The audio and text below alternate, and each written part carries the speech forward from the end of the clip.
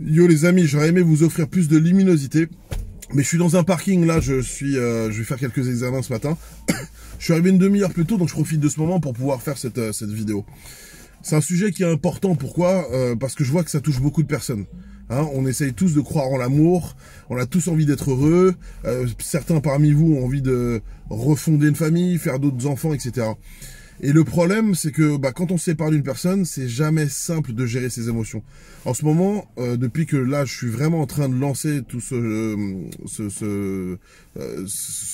mouvement en fait de développement personnel, il y a beaucoup de personnes qui me disent qu'elles ne vont pas bien, et lorsque je creuse un peu, je comprends que c'est parce qu'elles se sont séparées. Alors, la première des choses que je vais vous dire, hein, j'ai pas l'ego surdimensionné pour vous dire je suis coach, écoutez-moi, j'ai la solution. C'est pas du tout ça. Moi, je vais vous expliquer moi ce que je fais dans les séparations. En fait, moi, en réalité, je ne parle que de ce que j'ai vécu. Et aujourd'hui, vu que j'arrive à me remettre très simplement d'une séparation, j'ai envie de pouvoir vous donner un tuyau pour toutes les personnes justement qui sont pas bien en fait. Si toi t'es pas bien, soit c'est toi qui es pas bien, soit tu connais forcément quelqu'un autour de toi qui s'est séparé et qui est toujours en train de se dire oui mais c'est dommage, oui mais on s'aimait, oui mais pourquoi il a fait ça, oui mais on peut pas se séparer que pour ça, oui mais ceci, oui mais cela, oui mais je suis triste, oui mais... En fait je t'explique la première des règles. La situation tu ne peux pas la changer, d'accord? Donc que tu te mettes mal pour une situation que tu ne peux pas changer, c'est dommage. Parce que, en fait, que tu vives bien ta séparation, que tu la vives mal, tu resteras séparé. D'accord? Donc, déjà, ça ne sert... Il n'y a pas d'intérêt à te mettre mal. Mis à part le fait que tu te crées une souffrance. Et des fois, cette souffrance, elle est terrible. Elle est terrible. Le deuxième point, c'est que être dans cet état va faire que tu vas perdre l'appétit. Va faire que tu vas perdre le moral. Tu vas perdre ta motivation. Des fois, tu n'as même plus envie d'aller au travail. Et pire encore, tu vas abîmer ta santé et tu vas perdre ton énergie. Tu vois? La troisième chose que j'ai envie de te dire, pourquoi il faut changer d'état d'esprit et comment tu peux le faire, c'est avec juste quelques petites questions. Comme par exemple, je vais te donner un tuyau que je donnerai maintenant quand je vais être en suivi personnalisé, mais un truc très simple. Moi, je comprends que tu sois mal, d'accord? Et si c'est pas toi qui es mal, c'est peut-être cette copine qui t'appelle tous les soirs, ce pote, et qui a pas le moral parce qu'il s'est séparé de sa femme, de son mari, parce qu'il l'a trompé, parce que ceci, parce que cela. Peu importe la raison, t'as forcément quelqu'un autour de toi qui a besoin de ce discours. D'accord? Donc moi, ce que je vais te dire, retiens-le bien. Et c'est comme ça que moi, j'arrive à me sortir de cet état d'esprit qui est extrêmement négatif. Je suis d'accord avec le fait que tu sois triste, d'accord? Peut-être même que tu en pleures. Je suis d'accord avec le fait que tu en souffres. Mais ma question, c'est combien de temps tu veux rester dans cet état? T'as entendu la question? Combien de temps tu veux rester dans cet état? Parce que en réalité, il n'y a que toi qui décides. Tu peux en sortir maintenant, tu peux en sortir dans 1 an, dans 10 ans, dans 6 mois, dans 3 mois. Une chose est sûre, tu vas sortir de cet état. Alors, le plus important, c'est essayer d'en sortir le plus vite possible. Parce que si t'en sors dans 6 mois, tu souffriras beaucoup plus que si t'en sors dans 2 jours. Tu vois ce que je veux dire? Donc pose-toi bien cette question quand tu te regarderas dans le miroir, ou pose cette question à ton ami qui est en ce moment en train de souffrir. Je comprends que tu souffres, mais combien de temps tu veux rester dans cet état? Combien de temps tu veux pleurer pour cette personne? Combien de temps tu veux être mal? Combien de temps tu veux souffrir? Combien de temps tu veux te dire que c'est dommage? Combien de temps tu vas essayer de refaire le passé? C'est impossible, donc il faut passer à autre chose. Comprenez une chose, c'est que la vie à deux, elle n'est pas simple. Et surtout quand on se sépare, c'est encore moins simple. Pourquoi? Moi, je fais partie de ces gens qui s'impliquent à 100%. Je fais passer l'autre avant moi, donc je me donne à fond. Je mets vraiment le paquet, tu vois. J'ai vraiment envie que cette personne, elle soit bien, qu'elle se dise que je suis le meilleur homme du monde, qu'elle se dise je suis le meilleur amant du monde. Je suis quelqu'un de fidèle, je suis quelqu'un de correct, je suis quelqu'un de respectueux. Je m'implique à la maison, je m'implique dans ma vie à deux. Et je sais que tu te reconnais dans ce que je suis en train de te dire, parce que forcément, t'es pareil. On a envie de réussir, on a envie de fonder des familles, on a envie de partager. Tu sais quoi? Juste partager. Partager des idées, partager des paroles, partager de l'affection avec quelqu'un. Maintenant, si ça ne marche pas, il faut pas s'accrocher. Parce que ce que tu es en train de faire, c'est que tu es en train de te détruire. Et tu es en train de te détruire, c'est pas la faute de l'autre. Il faut que tu te sentes 100% responsable de la situation dans laquelle tu es. Là, le sujet d'aujourd'hui, c'est les relations amoureuses. Mais en réalité, tu es 100% responsable. Pourquoi tu es responsable? tu vas te dire, c'est dur ce qu'il est en train de dire, mon mec il m'a trompé, ma nana elle m'a trompé, moi ça m'est arrivé, hein. Sache-le, ça m'est arrivé.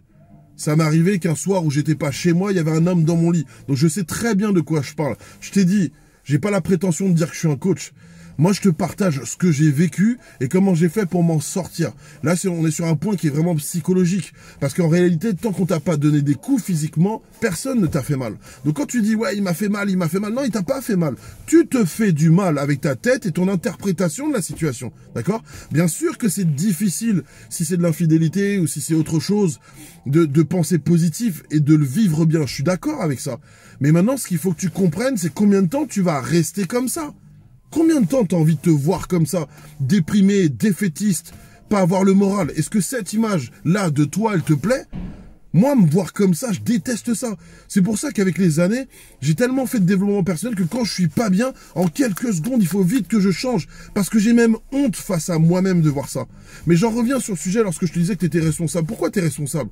Bah, t'es responsable parce que, au final, c'est toi qui as choisi cette personne. Peut-être que dans votre relation, il y avait à un moment donné des tensions, il y avait peut-être des éléments qui pouvaient te permettre de prendre une décision, c'est-à-dire celle de te séparer de cette personne. Je dis pas que cette personne qui a été voir ailleurs avec cette personne, c'est toi qui l'as amené là, d'accord? Je dis pas ça. Mais ce que je dis, c'est que, en fait, on est tous responsables de ce qu'on vit. Cette personne-là, tu l'as choisie, tu vois? Maintenant, c'est pareil, quand tu es dans une relation avec quelqu'un qui est difficile, qui est agressif, qui est grossier, qui est violent. Certaines femmes aujourd'hui se mangent des claques ou des coups de tête parce qu'elles n'écoutent pas cet homme qui est agressif. Je vais te dire un truc. C'est toi qui l'as choisi.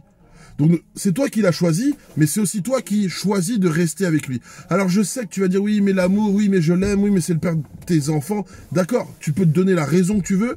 La personne qui a décidé de rester avec, c'est toi. Donc déjà, quand tu vas accepter, je te jure c'est vrai, que quand tu vas accepter que ce que tu vis, t'en es responsable, ça va être une chose. La dernière chose, et je finirai cette vidéo avec ça, en fait, je crois que tu as oublié la valeur que tu as dans ce monde. Je crois que tu as oublié vraiment ce que tu représentes pour beaucoup de personnes. Je crois que tu as oublié tout simplement de t'aimer. Je crois que cette personne, tu l'as aimée plus que toi-même. Et ça, c'est une erreur. Et tu sais pourquoi je te dis ça? Parce que cette erreur-là, moi aussi, je l'ai faite beaucoup trop longtemps. Aimer l'autre avant moi-même. Alors, ce que j'ai envie de te dire, c'est simple. Moi, aujourd'hui, si une personne sort de ma vie par ma décision ou par la sienne, je peux te jurer que je bascule vite dans le positif. Tu sais pourquoi? Parce que je sais ce que je vaux. Parce que je sais quel type d'homme je suis. Parce que je sais les valeurs que j'ai. Parce que je sais les principes que je respecte.